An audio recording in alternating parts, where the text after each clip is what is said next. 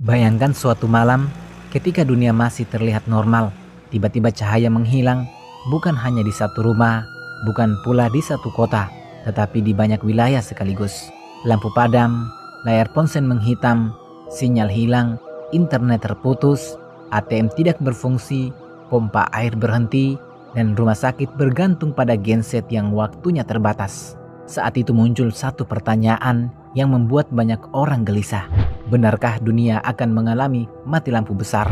Pertanyaan ini bukan sekedar bisikan ketakutan atau cerita konspirasi. Ia lahir dari realitas dunia modern yang sangat rapuh. Dunia hari ini berdiri di atas satu fondasi yang sama, yakni listrik.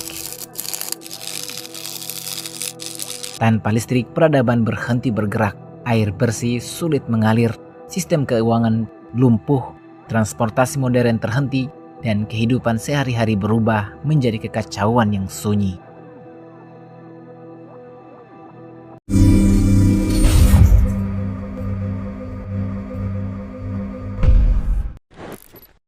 Assalamualaikum warahmatullahi wabarakatuh.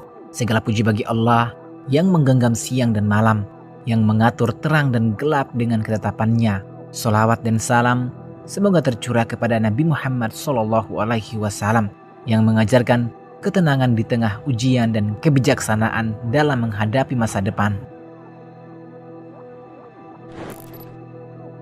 Apa yang disebut mati lampu besar sebenarnya dikenal dalam dunia teknis sebagai blackout massal, kegagalan sistem jaringan listrik dalam skala luas. Ini bukan hal baru. Sejarah mencatat pada tahun 2003, Amerika Serikat dan Kanada pernah mengalami blackout besar yang memengaruhi lebih dari 50 juta orang. Tahun 2012, India mengalami pemadaman listrik yang membuat lebih dari 600 juta manusia hidup dalam gelap. Pada tahun 2019, Argentina dan Uruguay lumpuh hampir sepenuhnya akibat kegagalan jaringan listrik nasional. Semua ini membuktikan bahwa blackout besar bukanlah teori, melainkan fakta yang pernah terjadi. Lalu mengapa isu mati lampu dunia semakin sering dibicarakan? Karena dunia modern telah menciptakan ketergantungan total pada sistem yang saling terhubung. Jaringan listrik tidak lagi berdiri sendiri. Banyak negara saling bergantung, saling menyalurkan energi, saling menopang sistem. Masalahnya, ketika satu titik kritis gagal, kegagalan itu dapat merambat dengan cepat, menjatuhkan sistem lainnya, seperti kartu domino. Inilah yang disebut kegagalan berantai. Di sisi lain, dunia sedang berada dalam masa transisi energi. Niatnya baik, yakni mengurangi kerusakan bumi, beralih ke energi terbarukan seperti matahari dan angin. Namun energi ini memiliki sifat yang tidak stabil. Matahari tidak selalu bersinar, angin tidak selalu bertiup. Tanpa sistem penyimpanan energi yang kuat dan cadangan yang matang, jaringan listrik menjadi semakin rentan terhadap gangguan. Belum lagi ancaman yang jarang terlihat oleh mata, seperti serangan cyber. Perang modern tidak selalu menggunakan senjata dan bom. Bahkan negara menyadari bahwa melumpuhkan listrik berarti melumpuhkan kehidupan. Sistem kelistrikan menjadi target strategis. Satu serangan digital yang tepat dapat memadamkan kota tanpa suara ledakan. Selain itu, alam pun memiliki perannya sendiri. Aktivitas matahari seperti badai geomagnetik dan ledakan besar dapat mengganggu satelit dan merusak jaringan listrik. Peristiwa Carrington pada abad 19 pernah membuat sistem telegraf rusak parah. Jika peristiwa serupa terjadi hari ini, dampaknya akan jauh lebih besar karena dunia kini sepenuhnya tergantung pada teknologi. Lalu, apakah dunia benar-benar akan mengalami mati lampu total secara bersamaan? Jawaban jujurnya adalah tidak ada bukti pasti tentang kegelapan global sekaligus.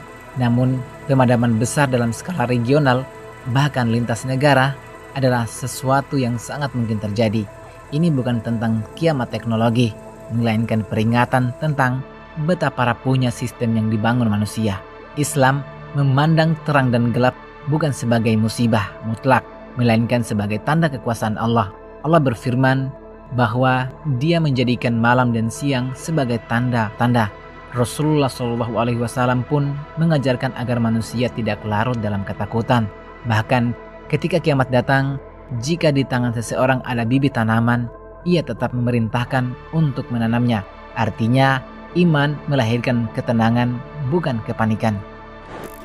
Sikap yang bijak bukanlah takut berlebihan, juga bukan menertawakan ancaman, tetapi menyadari keterbatasan manusia, tidak menggantung hidup sepenuhnya pada teknologi, dan memahami bahwa listrik, jaringan, dan sistem hanyalah alat, bukan penentu kehidupan.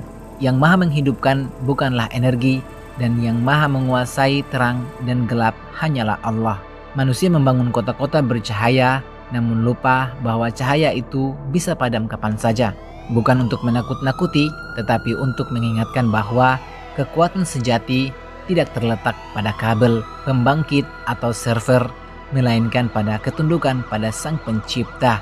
Ketika cahaya padam, barulah manusia menyadari betapa rapuh dirinya. Apakah dunia akan mengalami mati lampu besar? Jawabannya bukan sekedar ya atau tidak. Dunia sedang diuji oleh ketergantungannya sendiri.